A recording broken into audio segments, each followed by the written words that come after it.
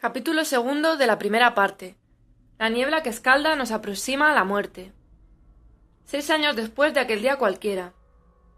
El pequeño Jonathan estaba sentado en el borde de un arroyo cercano a su casa. Contemplaba ensimismado brotar la sangre de su rodilla. Ver sangre siempre le producía una sensación de distanciamiento de lo real y le sumía en una especie de ensoñación poco profunda. Había visto muchas veces a su madre sangrar cuando su padre la pegaba, pero cuando más sangre veía era cuando a su madre se le morían bebés en la tripa. Una monjita, enjuta y menuda, había venido a atender a su madre en las 3 ocasiones. Ella los había llamado abortos y Jonathan no entendía por qué se llamaban los 3 bebés igual.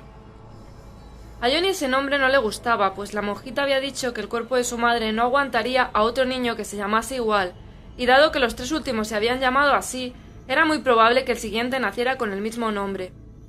Había dicho que aunque llegara su embarazo hasta el punto de dar a luz, también moriría, que su cuerpo era ya muy débil, y eso a Jonathan le aterraba. Sin embargo, su padre no había hecho caso de los consejos de la monja matrona. Había seguido arrancándole la ropa y embistiéndola mientras Jonathan contemplaba la escena en un rincón. Jonathan no tenía ningún amigo. Solo había un muchacho que se dignaba a hablar con él, y era él el que le había comentado lo de las embestidas de su padre.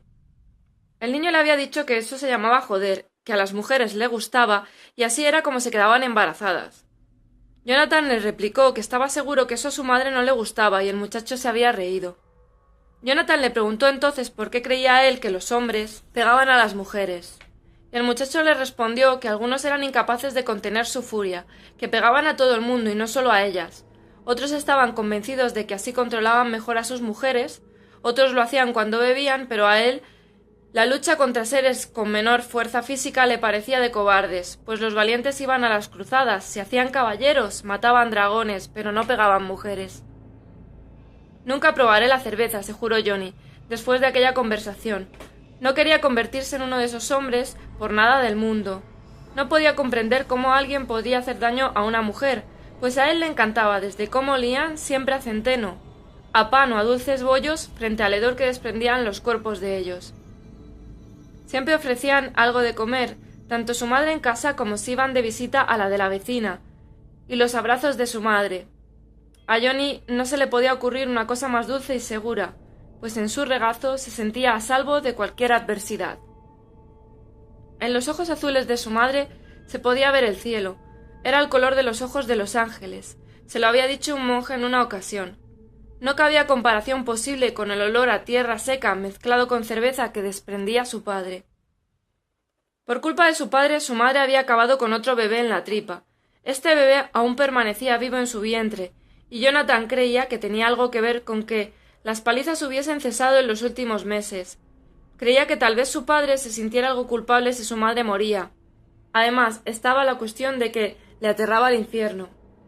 Había desobedecido los consejos de la monja, aunque para su padre estaba claro que tenían menos valor que si los decía un sacerdote, un monje, en resumidas cuentas, un hombre de Dios. Aquella mañana su madre, que ya tenía una barriga enorme según le parecía a Johnny, había volcado sin querer un poco de cerveza que le estaba sirviendo como desayuno a su padre. Y este, como acto reflejo, porque Jonathan pensaba que debido a lo rápido que había actuado, se hubiese dado cuenta siquiera de lo que acababa de hacer. Le había pegado una bofetada en la cara con tal fuerza que ella había caído al suelo, golpeando fuertemente su enorme barriga contra él mismo. Jonathan, que había acudido al instante junto a su madre, observó como debajo del vientre sus ropas habían comenzado a empaparse de sangre. Fue corriendo a coger unas mantas que enrolló y colocó a modo de almohada bajo la cabeza de su madre, que gemía de dolor. Su padre, mientras tanto, estaba rezando, por su propia alma, pensó Johnny, pues sabía que la de su madre jamás le había importado lo más mínimo. Se había sentado en la cama y no se había dignado a hacer nada por ella, ni tan siquiera permanecer a su lado. No te preocupes, mamá, que todo va a salir bien. Hay que tener fe. Ahora te dejo un momento sola porque voy a buscar a la monja matrona, pero volveré enseguida, mamá.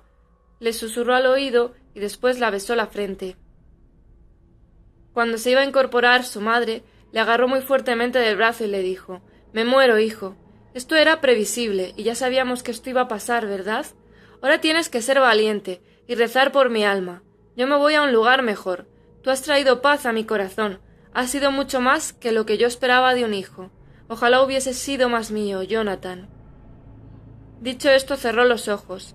Johnny vio cómo apretaba con fuerza para que saliera el bebé, y lo único que salió fue un gran charco de sangre.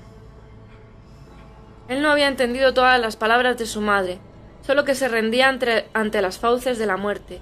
Se soltó de su mano, y presa del pánico corrió hasta el pequeño convento situado cerca de la catedral en construcción. La matrona, que a pesar de su edad y complexión se encontraba en una formidable condición física, estaba trabajando en las tierras del convento cuando Johnny la encontró. Le contó lo que pasaba y mientras recorría junto a ella el camino hacia la casa de sus padres, la mujer le iba relatando cuantísimos niños había ayudado a traer al mundo. Probablemente para tranquilizarle, pero lo cierto era que por mucho que lo intentara no lo conseguiría. Ella no sabía que Johnny había estado escuchando a escondidas cuando le dijo a su padre que si algo así volvía a pasar, su madre moriría. Cuando la monja traspasó el umbral de la casa de Jonathan, su semblante palideció. La casa de sus padres era muy modesta. Se componía únicamente de una sala donde estaba incluida la cocina de piedra, del comedor y el dormitorio en el que había una única cama en la que dormía su padre. Él y su madre dormían en el suelo. Jonathan había dejado a su madre tumbada en el suelo de piedra de la sala, y en ese momento la mayor parte del suelo aparecía manchado de sangre. Pero ella no estaba allí, ni tampoco en el dormitorio. El que sí estaba era su padre, que se encontraba sereno, sentado en la butaca. Antes de que nadie le preguntara nada, y ante los ojos atónitos de los recién llegados, dijo: «La he sacado fuera, está donde la leña. Había perdido el conocimiento y estaba llenando todo esto de sangre. Ya conocerá, madre, que una mujer se muera dentro de casa dando a luz trae mal augurio, y yo no quiero pasar otro año de escasez y carestía como el último. Es mejor así. Y tú, Jonathan de las narices, si no fueras un estúpido mocoso de mierda, sabrías que lo que digo es verdad, que llevo razón y no me estarías mirando así». Jonathan pasó a mirar al suelo y a la sangre que cubría el mismo, atónito. «¿Dónde está la leña?», fue la pregunta de la mujer que sacó a Jonathan de su embrujo. «En la parte trasera. Vaya usted primero, que como hace frío fuera, voy por una manta para mi madre», respondió Jonathan ante el silencio de su padre. La mujer obedeció. Él tuvo que coger la manta que cubría la cama, ya que no tenían más, y sabía que esto enfurecería enormemente a su padre, pero al menos no le diría nada con la monja por allí.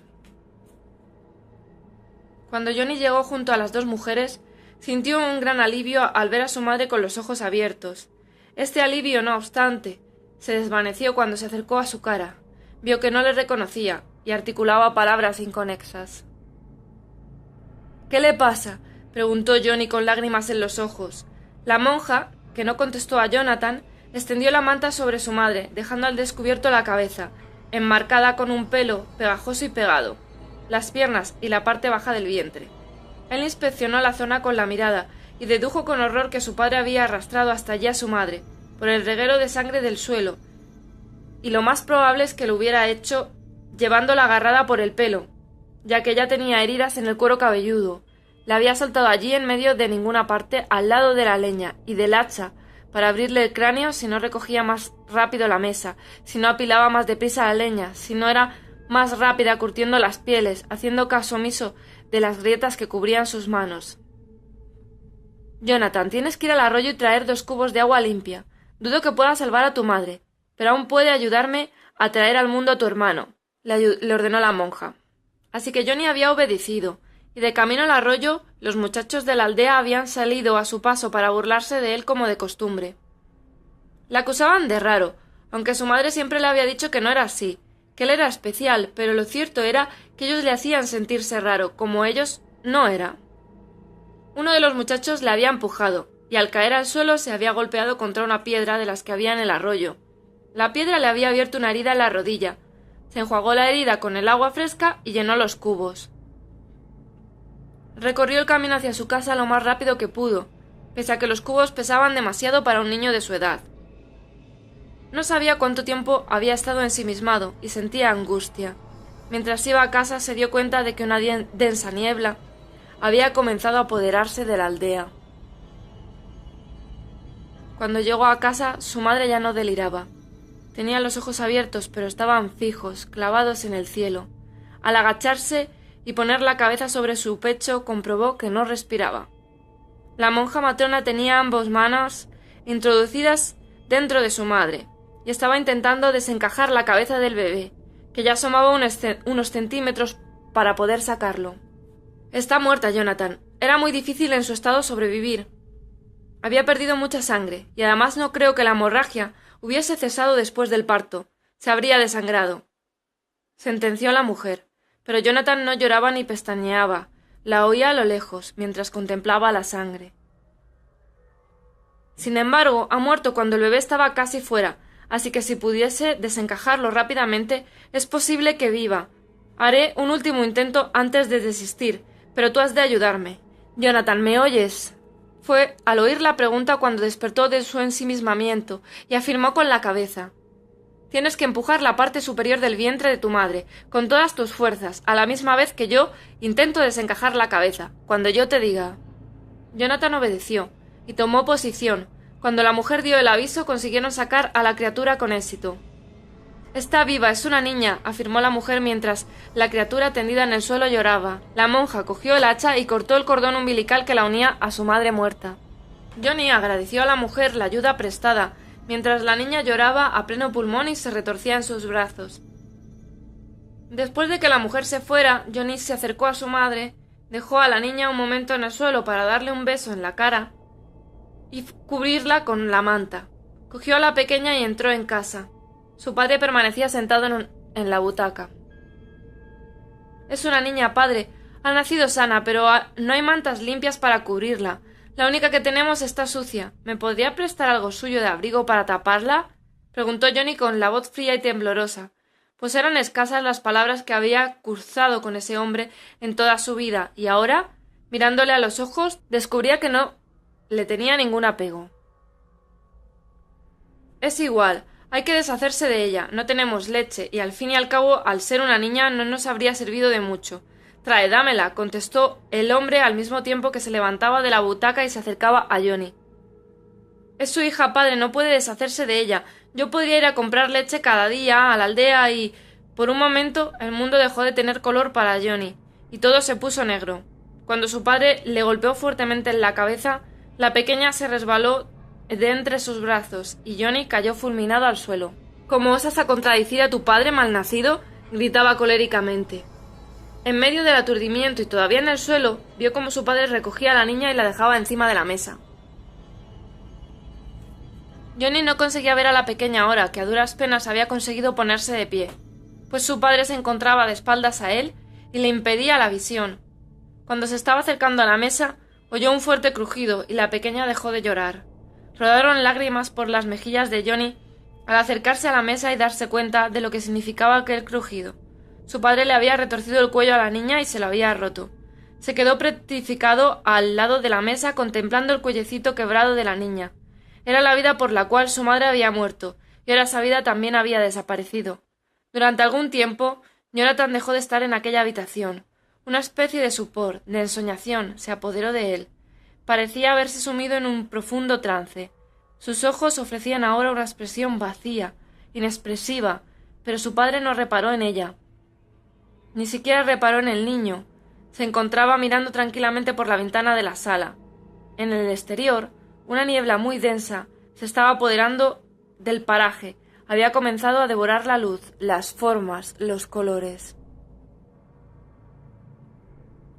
Una preciosa joven con el vientre muy abultado estaba sentada sobre una butaca en una sala muy pobre, toda de piedra y de presencia muy lúgubre. El aspecto de la sala no estaba para nada acorde con la joven. Las ropas de ella revelaban una procedencia noble de las más altas cotas, y allí, aparte de ella, no había ni un solo símbolo de distinción. El mobiliario se reducía a la butaca sobre la que ella estaba sentada.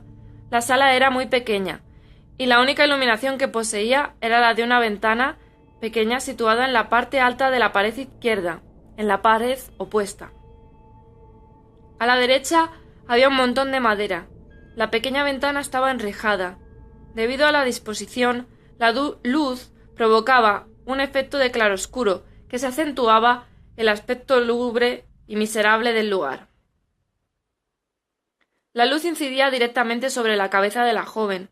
Sus cabellos dorados brillaban al contacto con ella, y su rostro, de corte angelical, era el más bonito que se pudiese soñar. En un primer momento Johnny pensó que lo que estaba viendo era un delirio de su imaginación, que le mostraba cómo habría sido su hermana, con 17 o 18 años, pero en esa imagen había algo extraño.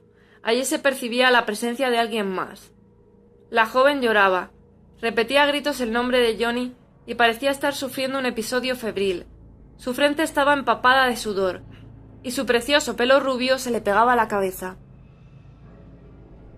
La mirada de Johnny se posó a continuación en el vientre de la joven.